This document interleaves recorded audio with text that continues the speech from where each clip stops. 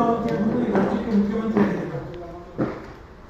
ಅವ್ರ ಜೊತೆಯಲ್ಲಿ first by election ಇತ್ತು ಹೊಳಲ್ಕೆರೆನಲ್ಲಿ ಆರ್ ಗುಂಡೂರಾವ್ ಅವರ ಜೊತೆ ಎಲೆಕ್ಷನ್ ಕ್ಯಾಂಪೇನ್ ಮಾಡಿದ್ದಂದ್ರೆ ದಟ್ ಇಸ್ 1980. ಈಗ 2024 ಇದೆ.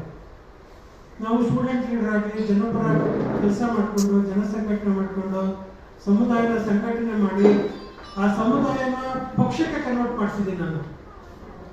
SC ಪಕ್ಷಕ್ಕೆ ಕೆಲಸ ಮಾಡ್ಕೊಂತ ಬಂದಿದ್ದೀನಿ ಸ್ಟೂಡೆಂಟ್ ಲೀಡರ್ ಆಗಿ.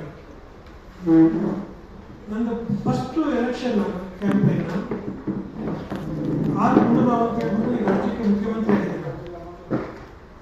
ಅವ್ರ ಜೊತೆಯಲ್ಲಿ ಫಸ್ಟ್ ಬೈ ಎಲೆಕ್ಷನ್ ಇತ್ತು ಹೊಳಲ್ಕೆರೆನಲ್ಲಿ ಆರ್ ಗುಂಡೂರಾವ್ ಅವರ ಜೊತೆ ಎಲೆಕ್ಷನ್ ಕ್ಯಾಂಪೇನ್ ಮಾಡಿದ್ದಂದ್ರೆ ದಟ್ ಇಸ್ 1980. ಈಗ 2024 ಇದೆ.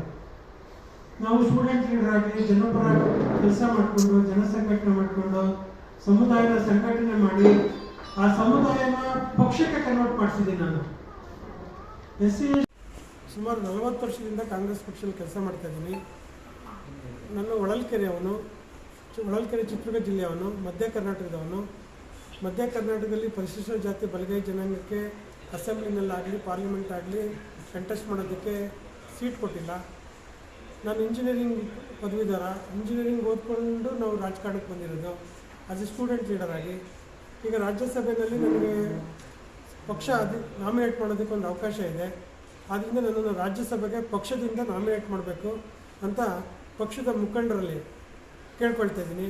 ನಮ್ಮ ರಾಹುಲ್ ಗಾಂಧಿ ಅವರು, ಸೋನಿಯಾ ಗಾಂಧಿ ಮೇಡಮ್ ಅವರು, ರಾಹುಲ್ ಗಾಂಧಿ ಅವರು, ನಮ್ಮ ಕೆ ಸಿ ವೇಣುಗೋಪಾಲ್ ಅವರು ಮತ್ತು ಮಲ್ಲಿಕಾರ್ಜುನ್ ಖರ್ಗೆ ಸಾಹೇಬರು ಎಲ್ಲರೂ ಸಾಮಾಜಿಕ ನ್ಯಾಯದಲ್ಲಿ ಬದ್ಧತೆ ಇದ್ದಂಥ ಪಕ್ಷದ ನಾಯಕರುಗಳು ನನಗೆ ಕರ್ನಾಟಕದಿಂದ ಪರಿಶಿಷ್ಟ ಜಾತಿಯ ಕೋಟದಿಂದ ರಾಜ್ಯಸಭೆಗೆ ನಾಮಿನೇಟ್ ಮಾಡಬೇಕಂತ ಹೇಳ್ಬಿಟ್ಟು ತಮ್ಮ ಮೂಲಕ ಮೀಡಿಯಾ ಸ್ನೇಹಿತರುಗಳ ಮೂಲಕ ನಮ್ಮ ಪಕ್ಷದ ಹೈಕಮಾಂಡ್ಗೆ ನಾನು ಮನವರಿಕೆ ಮಾಡ್ಕೊಳ್ತೀನಿ.